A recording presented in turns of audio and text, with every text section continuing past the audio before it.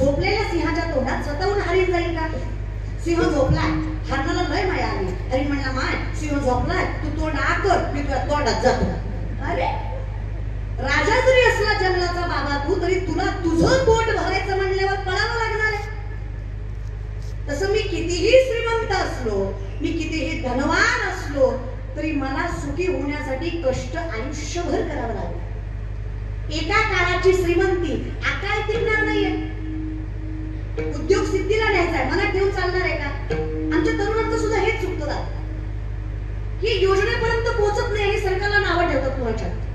यांची जराही धावपळ नसते की नेमकं काय माझ्यासाठी योग्य आहे. खूप गोष्टी आहेत. आमच्या पोरांना काय म्हणा, आम्हाला काय, आम्हाला फक्त आयुष्य करायला भेटली ना बस. फुटबॉल सारखं आयुष्य झालं आमच्या पोरांचं. कष्ट करायला नको वाटतं, गाड्या घेऊन फिरायला, मौज मजा करायला, व्यसन करायला. यांना सांगा ना, हे मागे पुढे बघत नाहीत त्या गोष्टीसाठी. हे काही कालापर्यंत असतं दादा. लाकडात आग आहे ना, तोपर्यंत लाकडात जाळ लागतो. एकदा लाकडाची राख झाली ना, राख पुन्हा पेटत नाही दादा. एकदा वय निघून गेलं ना, पुन्हा तुम्ही कष्टही करू शकत नाही आणि कोण तुम्हाला सन्मानही देऊ शकत नाही. तरुणपणात असं कष्ट करा की शेवटच्या क्षणापर्यंत समाजानं तुम्हाला सन्मान दिला पाहिजे, एवढं सामर्थ्य तुमच्या मनगटात अखंडित करा. हे काहीतरी हातपाय चढवा, काहीच नको आहे मला, असं नाही चालत. मला आनंदी व्हायचं आहे ना, चरणी जगन्नाथ, मला स्थिर व्हावं लागेल, मला स्टेबल व्हावं लागेल. चित्त ठेले याचा अर्थ समाधानी झालोय. आणि समाधानी कधी व्हा, त्यावेळेस काहीतरी असेल तुमच्याकडे. पैशाची फार गरज आहे बरं इथे, असं समजू नका. कीर्तनकार जरी असले तरी चांगल्या गाडीत आली तर किंमत आहे मला सुद्धा. आजकाल कीर्तनकारला सुद्धा गाड्या चांगल्या लागतात, राहणीमान चांगलं लागतं. कीर्तनकार सुद्धा फॉर्च्युनर मध्ये आला तर हुशार आहे. किंवा टमटम मध्ये आला, तुम्ही कुठे फटाके वाजवायचा? तुम्हाला फटाके वाजवाय गाडी चालली ना बोलता दादा. खरं खोटं बोलू नका. कीर्तनकारात सुद्धा प्रेझेंटेशन महत्वाचं आहे की नाही? लोक पहिलं तुमच्या ज्ञानाकडे बघत नाही, तुमच्या राहणीमानाकडे बघतात. अरे लहान छान राहा, धोतर घालायचं पण इस्त्री करूनच घालायचं. धोतराच्या काठानं कोणाच तरी गळा कापला पाहिजे म्हणून कडक घालायचं. काय होतं जरा संस्कृती सोडायची नाही, पण राहायचं बाबा. ती जी म्हण आहे ना, डोंट जज बुक बाय कव्हर, ही कलियुगात लागू होत नाही. इट्स ऍब्सोल्युटली बुक जज बाय कव्हर. इथे प्रेझेंटेशन वरच तुमचा क्रायटेरिया ठरवला जातो. अगदी तेच खरंय. इथं गावाच्या वैभवावरच गावाच्या लोकांना सन्मान दिला जातो. मग गावाचं वैभव आणि प्रेझेंटेशन तेवढंच महत्त्वाचं. हे जग प्रेझेंटेबल वर आहे. सगळं जग ऍडव्हर्टाइजमेंट वर आहे, सगळं जग जाहिरातीवर आहे. या जगात लय अवघड आहे. ज्या साबणानं गोरं होतं ते साबण खपत नाही, पण ज्या साबणाला हिरोईन ब्रँडेड वापरली ते साबण खपतच. हिरोईन त्याला ब्रँडेड वापरली ना. लय अवघड आहे या जगाचं. काय सांगू तुम्हाला? तुम्हीच मला सांगा बरं, कुठल्या ग्रंथात लिहिलं होतं दिवाळीत मोती साबण वापरायचा? शिरोडीच्या माळ लावल्या बघा, मागून आलेल्या कामुरकून. तुम्ही सांगा बरं, कुठल्या ग्रंथात लिहिलं का आपल्या हिंदू धर्माच्या? नाही, दिवाळीला मोती लावला नरकाचं शील आहे ना. तरी सुद्धा नाही, तरी सुद्धा 99% महाराष्ट्र दिवाळीला साबण कुठला आणतो? माझ्या सहित. काय करता महाराज? कसं आपल्यालाही चालायला लागतं.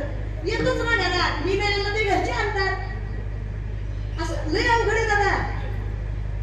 आमच्यासाठी साबण दिवाळी आहे, त्या 2 महिने आधीपासून जाहिरात असते. उठा उठा, दिवाळी आली, मोदी स्नानाची वेळ झाली. दिवाळी आताच मूर्ख. कधी विचारा नामदेवरायांना, ते सांगतील तुम्हाला. विठोबाचे राजा महान नित्य देववाणी, महान नित्य देववाणी.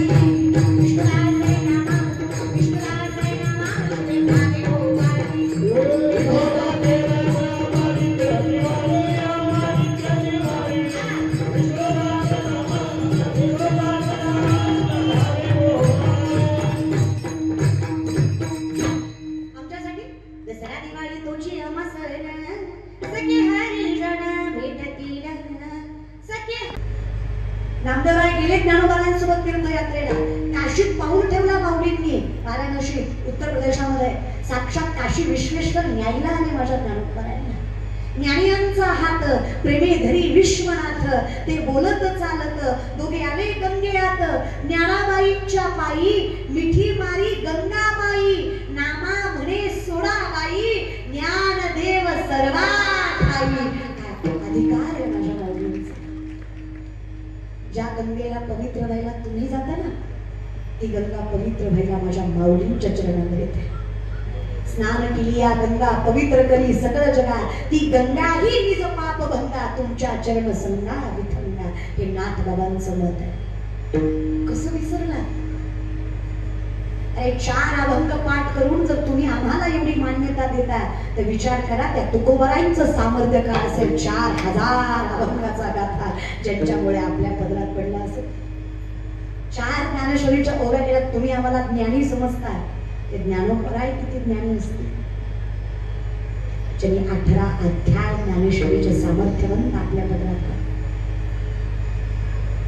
केलाय. कधी विचार या गोष्टीचा? का बरं माळ घालायची? का बरं ज्ञानेश्वरी वाचायची? का गंध लावायचा? परिस्थिती बदलते का? देवाचं नाव परिस्थिती बदलत नाही. देवाचं नाव परिस्थिती बदलायला बळ दिल्याशिवाय राहत नाही. बदलावी आपल्यालाच लागते. हे याच्यासाठी करा की तुमचं गाव पहिल्यासारखं. गावाची सुरुवात वासुदेवानं होऊ द्या आणि गावाचा शेवट राम फेरीनं होऊ द्या. तुमच्या काळात आजोबा खरं सांगा, तुमच्या काळात गावाची सकाळ वासुदेवाच्या नावानं व्हायची आणि सायंकाळ राम फेरीनं व्हायची. राम फेरी माहिती आहे तुम्हाला? रामायण चालायचं गावात. रामायण आणि एक व्यक्ती घंटा वाजवून सांगायचा रामायण चालू होतंय. या कोणीतरी रामायण सांगायचा ओव्या आणि कोणीतरी त्याचा अर्थ सांगायचा. घर बसल्या राम कळायचं. आज रामच नाही कळला तर मर्यादा काय कळणार? आज लक्ष्मणच नाही कळला तर वैराग्य काय कळणार? आज भरतच नाही कळला तर भक्ती काय कळणार? आज शत्रुघ्नच नाही कळला तर बंधुप्रेम काय कळणार? आज सीताच नाही कळली तर पातिव्रत्य काय कळणार? आज उर्मिलाच नाही कळली तर मर्यादा काय कळणार? आज कृष्णच नाही कळला तर खरं प्रेम काय कळणार? आज राधाच नाही कळली तर चैतन्य कसं कळणार? हे कळायला हे कळलं पाहिजे रे दादाला. हे कळलं. रामाला सुद्धा 12,000 वर्ष अयोध्येवर राज्य करायच्या अगोदर त्राटिका नावाच्या राक्षसीला पहिल्यांदा मारावं लागलं. राम कोण आहे? राम म्हणजे सामर्थ्य. राम म्हणजे मर्यादा आहे. मर्यादा टिकवायची असेल तर अहंकार मानावा लागतो. त्राटिका अहंकार आहे. लक्ष्मण वैराग्य आहे. लक्ष्मणाने शूर्पणखेचं कान नाक छेदन केलंय. शूर्पणखा म्हणजे वासना आहे. वैराग्य मिळवायचं असेल तर वासना मारावी लागते. भरत म्हणजे भक्ती आहे. भक्तीनं मंथरेचा आणि कैकेयीची निर्भत्सना केली, अर्थात त्यांचा अपमान केला. मंथरा आणि कैकेयी मोह आहेत, लोभ आहेत. जर भक्ती टिकवायची असेल तर मोह मारावा लागतो. वैराग्य मिळवायचं असेल वासना मारावी लागते. आणि राम अर्थात ज्ञान मिळवायचं असेल तर अहंकार मारावा लागतो. हे परमार्थाचं सत्य तुम्ही नाकारू शकत. आनंदी व्हायचंय ना तुम्हाला? हे मिळवा. आनंदी व्हायचंय ना? चरणी जगन्नाथा सोडा सगळं, करा दुसऱ्याचा विचार. तुकोबराय श्रीमंत नव्हते? नव्हते का? तुमच्यापेक्षा कमी का जास्त? जास्तच ना. तरी शब्द ऐका, अनाथ अपराधी पतित आगळा, परी पाया वेगळा नका करू. कुठून आली ही नम्रता? चरणी जगन्नाथा त्याचे झाले ना देवाचे, राहिलं काय? अरे गाव किती मोठं मन असावं आणि गाव कसं सांभाळावं याचा विचार तुकोबांकडनं केलाय का कधी?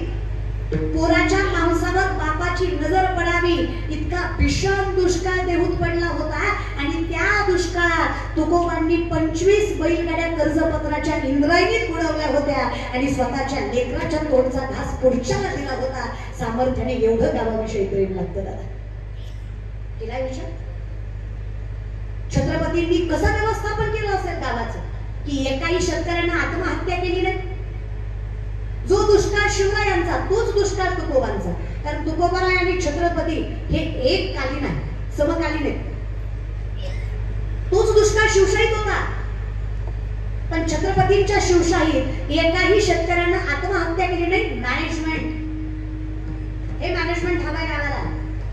शेतकऱ्यांसाठी पहिलं धरण छत्रपती शिवाजी महाराजांनी स्वतः देखरेखीखाली खेड शिवापूरला बांधलं. अशी 32 धरणं स्वतः राजांनी शेतकऱ्यासाठी बांधली. मग तुम्हाला बांधायला काय हरकत? तुम्हाला शेतकरी करायला काय हरकत आहे? अरे किती दिवस आकडे टाकणार? करा ना सौर ऊर्जा. येऊ द्या सुविधा तुमच्या गावात. 450 वर्षापूर्वी रायगड स्वच्छतेचा विषय छत्रपतींनी त्या काळात तेवढा महत्वाचा ठरवला. नसतेच घरावर झाडं, हिरकणी कुठून चढली असते. शेतीची पहिली मोजमापणी छत्रपती शिवाजी महाराजांनी केली. 7-12 ही पद्धत छत्रपती शिवाजी महाराजांची संकल्पना आहे. त्या 7-12वर आपण एवढा माज करतो ना आजकाल. रील्सवर वगैरे लय पोरं म्हणतात आमच्या बापाचा 7-12 लय वाटतंय. अरे मूर्खा, महाराष्ट्राचा बाप छत्रपती शिवाजी महाराज झाले पण प्रत्येक बापाचं नाव 7-12वर लागलं नाही तर ते 7-12वर लागलेलं नसतं. पद्धतच त्यांची आहे. पहिलं आता आपण सगळे नोकरदार मंडळी, वतनदारी पद्धत बंद करून वेतनदारी पद्धत छत्रपती शिवाजी महाराजांनी चालू केली. पाटीलकी, देशमुखी हे छत्रपती शिवाजी महाराजांनी बंद केलं. तेव्हापासून प्रत्येकाला प्रत्येकाच्या कामाचा मोबदला वेतनाद्वारे दिला जावा. काय शेतकरी मिळले नाही? कारण ऐवजाच्या बदल्यात ऐवज होता, जिन्नसच्या बदल्यात जिन्नस. पैसे देणघाण नव्हती. बैलगाडी घेतली, बैलगाडीच माघारी द्यायची. बैल घेतली, बैलच माघारी द्यायची. आणि तुम्हाला व्यवस्थापन काय सांगावं, महिला सक्षमीकरण काय सांगावं. या महाराष्ट्रातली पहिली पतसंस्था राजमाता मासाहेब जिजाऊंनी उभी केली पुण्यात. ज्या पतसंस्थेचं नाव होतं स्वराज्य आणि त्या पतसंस्थेमधून शेतकऱ्यांना धनधान्य दिलं जायचं. हे मॅनेजमेंट आहे गावाचं. कारण शेतकरी बळ बांधत होता पण पैसा कुठून आणणार होता शेतकरी? शेतकरी म्हणला औसाहेब तुमच्या बोलण्यानं बळ आलं, पैसा बिबियाला कुठनं आणणार, अवजाला कुठनं आणणार, जनावरं कुठनं आणणार आम्ही? आमच्याकडे काय पैसा आहे का? मग ते दिलं शेतकऱ्यांसाठी बी बियाणं, अवजार, जनावरं त्या पतसंस्थेनं पुरवलं. हे व्यवस्थापन, वेल मॅनेज गाव हे छत्रपती शिवरायांच्या काळापासून आहे. कारण छत्रपती शिवरायांनाही माहित होतं गाव समृद्ध झाल्याशिवाय तालुका समृद्ध होत नाही, तालुका समृद्ध झाल्याशिवाय जिल्हा समृद्ध होत नाही, जिल्हा समृद्ध झाल्याशिवाय राज्य समृद्ध होत नाही. आणि अर्थात एकदा गाव समृद्ध झालं की देशाचं नाव वृद्धिंगत समृद्धीगत झाल्याशिवाय राहत नाही. त्याला सुरुवात गावापासूनच करावी. झालंच की हिंदवी स्वराज्य उभा राहिलं का? कुठून सुरू झालं? गावापासून. हेच तुम्हाला पुन्हा एकदा स्वराज्य आणायचं, पुन्हा एकदा वेल मॅनेज काम आणायचं तुम्हाला. शिकाल तर आम्ही इतिहासातलं फक्त एवढंच घेतलं, मायाचे फुले, बहुजनांचे आंबेडकर, मराठ्यांचे छत्रपती, धनगरांच्या अहिल्याबाई होळकर. घेतलं काय इतिहासातलं तुम्ही? त्या वाटण्या तुमच्या देव सुद्धा वाटणीवर आहे. धनगराचा खंडोबा, मराठ्याचा येटोबा, उरला सुरलाचा बसोबा. मला ते काय खरंच पण वत्याचं नव्हतं करावं ते आम्हीच, आनंदाला दुःख करावं ते आम्हीच.